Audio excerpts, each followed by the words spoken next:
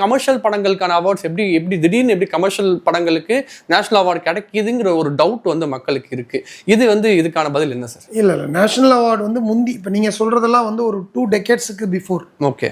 பாலுமேந்திர சாரோட வீடு, ஆமா, அந்த மாதிரி படங்கள்லாம் வாங்கும்போது வந்து பார்த்தீங்கன்னா நேஷனல் அவார்டு ஒரு படம் வாங்குது அப்படின்னா அந்த படத்துக்கு பெருமை, அந்த டைரக்டருக்கு பெருமை. ஆனால் இன்னைக்கு ஒரு நேஷனல் அவார்டுன்றது அந்த மாநிலத்துக்கே பெருமை. ஓகே. ஸோ நம்மளோட பெர்ஸ்பெக்டிவே மாறிடுச்சு. இன்னைக்கு வந்து நேஷனல் அவார்டு வாங்கின ஒரு ஹீரோ, நேஷனல் அவார்டு வாங்கின டைரக்டர்ஸ் அடுத்த படங்கள்ல அவங்களோட சேலரியே டபுள் மடங்கு இன்க்ரீஸ் ஆகுது. ஓகே. ஸோ இன்னைக்கு நேஷனல் அவார்டு வந்து எல்லாருமே பார்க்க ஆரம்பிச்சிட்டாங்க. முன்னாடிலாம் நேஷனல் வாங்கினா அந்த படத்தை சினிமாக்காரங்கள் ரொம்ப அறிவு ஜீவிகள் மட்டுமே பார்ப்பாங்கன்றது போய் இன்னைக்கு நேஷனல் அவார்டு ஒரு படம் வாங்குது அப்படின்னா அதுக்கு உண்டான பெருமை வந்து பட்டி தொட்டி எங்குமே சேருது.